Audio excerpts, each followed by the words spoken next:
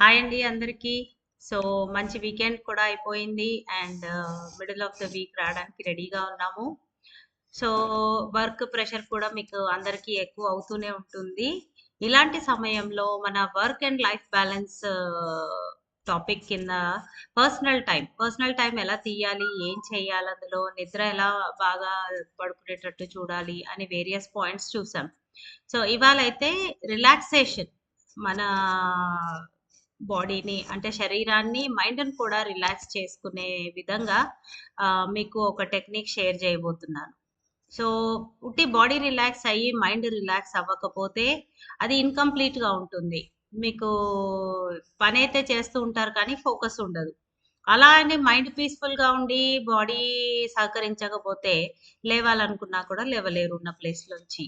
So, ఆ 2 coordination ఉంటేనే చక్కగా మీరు వర్క్ చేసుకుంటారు. ఫోకస్‌తో చేసి ప్రొడక్టివిటీ అంటే అవుట్‌పుట్ అనేది బాగా ఇస్తారనమాట. సో, ఇవాళ మనం చూడబోయే టెక్నిక్ ఎవరికంటే మామూలుగా వాళ్ళు ఎవరికి వాళ్ళకి రిలాక్సేషన్‌వి మెథడ్స్ ఉంటాయి. కొంతమంది గార్డెనింగ్ చేసి, కొంతమంది డ్రాయింగ్ చేసి, కొంతమంది రాసుకొని, కొంతమంది ఫ్రెండ్స్‌తో మాట్లాడి రకరకాలైన రిలాక్సేషన్ టెక్నిక్స్ ఉంటాయి. కానీ ఇవన్నీ పని చేయకపోతే కూడా ఎలా అని మీరు అనుకుంటే గనక ఈ పర్టిక్యులర్ టెక్నిక్ మీకు చాలా యూస్‌ఫుల్‌గా ఉంటుంది. ఏంటి ఆ టెక్నిక్? ఇది deep breathing technique. So, deep బ్రీతింగ్‌లో ఏం చేయాలి మనం?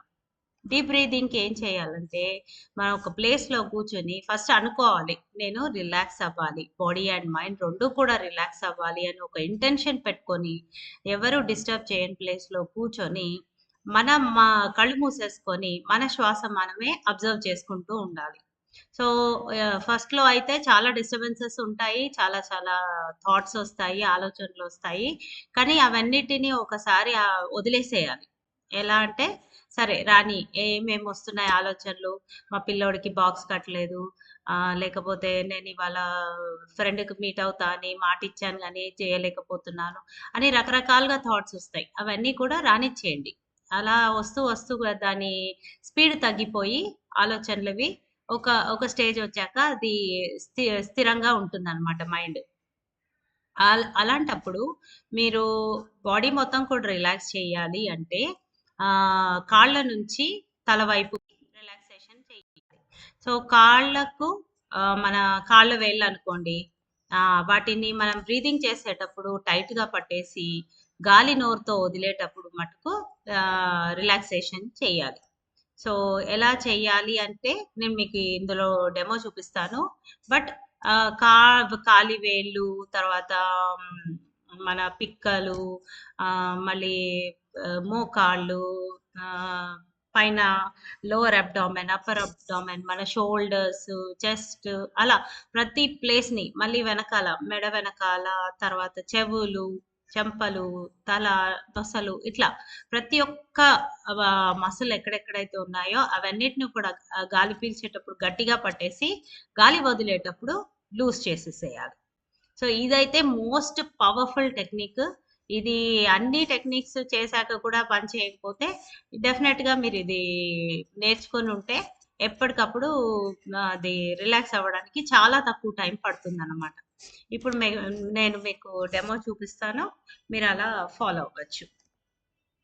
సో, కళ్ళు మూసేసుకొని నా థాట్స్ నేను అబ్జర్వ్ చేసుకుంటున్నాను. నా షోల్డర్ పార్ట్ రిలాక్స్ చేయాలని ట్రై చేస్తున్నాను నేను. సో, ఊపిరి పీల్చుకున్నప్పుడు 7 కౌంట్ వరకు పీల్చుకొని షోల్డర్స్‌ని టైట్‌గా పట్టిపెట్టాలి.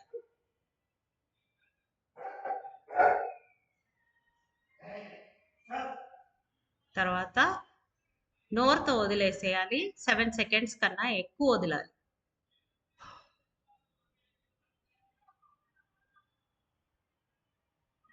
మళ్ళీ ఒకసారి చూపిస్తున్నాను.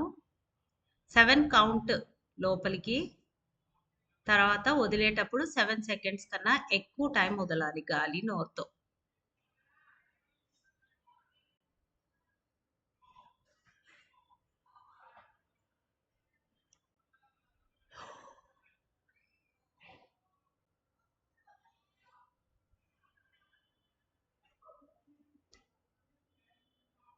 సో, ఇలా షోల్డర్స్‌కి చేశాను. మీరు మటుకు కాళ్ళ నుంచి తల వరకు, ఫేస్ వరకు ప్రతి ఒక్క మసిల్ ఉన్న ఏరియాని టెన్స్ చేయడం, లూజ్ చేయడం అనేది కంపల్సరీగా ట్రై చేయండి.